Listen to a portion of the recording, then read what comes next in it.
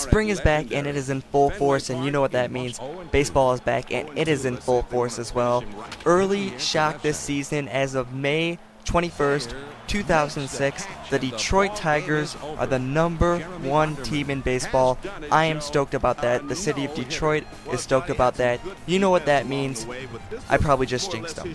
And their stock is probably going to fall faster than Sony's stock did when they announced the price point for the PlayStation 3. Thank you.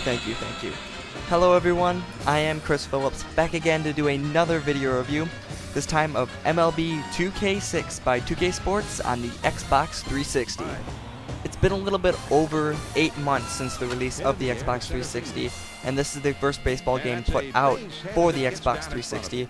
Also, MLB 2K6 holds the MLB exclusive licensing agreement, so this is going to be the only third-party licensed baseball game you see out on any platform.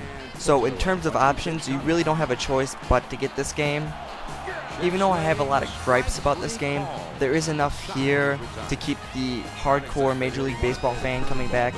As for the casual baseball fan, I don't see there's enough in this game to make you want to go out and buy it. I guess I'm going to Tarantino this video review. I'm going to tell you the ending first, and then I'm going to tell you how I got there. First off, I do like the look of this game. It does look very, very, very good on the Xbox 360. All the stadiums look picture perfect, great. I mean, when I was looking at Comerica Park, I saw places that they could have overlooked, but they put everything in the game. The presentation in this game is fantastic, and you come to expect that from 2K Sports. Steve Viziak and Jeannie Salasco are going to give you some pregame analysis in the loading screens, and the classic team of John Miller and Joe Morgan have the call. Even though after a couple games I started to hear the same things from them, still great to have them involved with the game. And he fouls one back up here. Look out, Joe! Oh, man. That's right back up into our booth here. Everybody okay? I didn't have any problems with it, but everybody else all right? Another thing I saw in the game that I really liked: fans going after the foul balls. That was really fun to see, and that also enhanced the experience of the baseball game. However, player animations, on the other hand, weren't as smooth as I'd like them to be in a baseball game.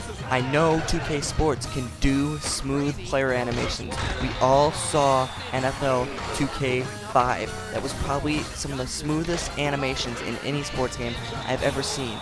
When the catcher catches the ball and gets ready to throw it back to the pitcher, there's this couple of frames that you notice a stop and then a throw, and it's just a little bit of annoying. This is a next generation game. You've got to have these kind of things smoothed out before you ship this title. Also, there were some problems with the controlling, especially when you're using an outfield player. Occasionally your players will run past the ball and not even make an attempt at grabbing it. You could be right at the top of the ball and you just run right over the ball, and it's cost me games in the online mode. It's cost me games offline. It's extremely frustrating to pitch a gem of a game and to have a simple routine grounder into the outfield go for a triple. It's extremely frustrating. These are things that just have to work. Things weren't so great on the offensive side of the ball, namely the base running system they use. Essentially what happens when you're doing base running is all four sides of the TV become first, second, third, and home. When you see a player running in the little picture-in-picture window towards first, a #1 icon will appear. If you click the advance all button, it'll switch to 2, and that tells that runner to go to second base. This becomes a problem when you have more than one base runner. I had a runner on second, single to the outfield, told that runner to go home. I clicked the button twice, and it still said 3, so I clicked it again, and I finally got the little H icon, and he went home. But my runner who was on first, he got all 3 clicks, and he went to third instead of second, and he was out on the play. In terms of gameplay modes, we're looking at Season, Franchise, Tournament, Home Run Derby, and World Baseball Classic.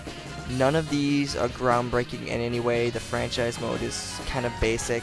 You can send players down to the minor leagues, but you can't play the minor leagues games like you could do in MVP Baseball 2005, which is a bit of a disappointment. Other than that, it's pretty basic, nothing groundbreaking, nothing rememberable in the Franchise mode.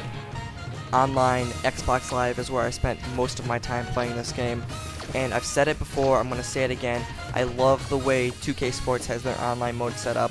I'm not saying it's better than EA. I love the way EA sets up their online mode, but the feedback system they use in NBA 2K6 is back in this game. But when I was playing some of my buddies online, that's where this game really shined. I mean, it's just a ton of fun to play, and I would suggest, even if you rent this game, rent it to play it on Xbox Live.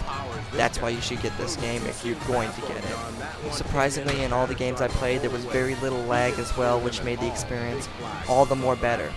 So, in closing, like I said at the beginning, this is a good game for the true hardcore Major League Baseball fan. If you love Major League Baseball, if you live and die with your Major League Baseball team and you have an Xbox 360, you may want to go out and get this game. If you're a casual baseball fan like myself, you can give this game a rental. You're probably going to get tired of it soon after you rent it. So you'll get your week and a half of fun out of the game, then you'll probably be ready to move on to other things, because this game will not hold you. At the wall, and he makes the catch. He brought one back into the ballpark. Incredible play. Jones goes over the wall that time. He brought this one back into the ballpark. Let's have a look, Joe. He's got this thing measured from the second it leaves the bat.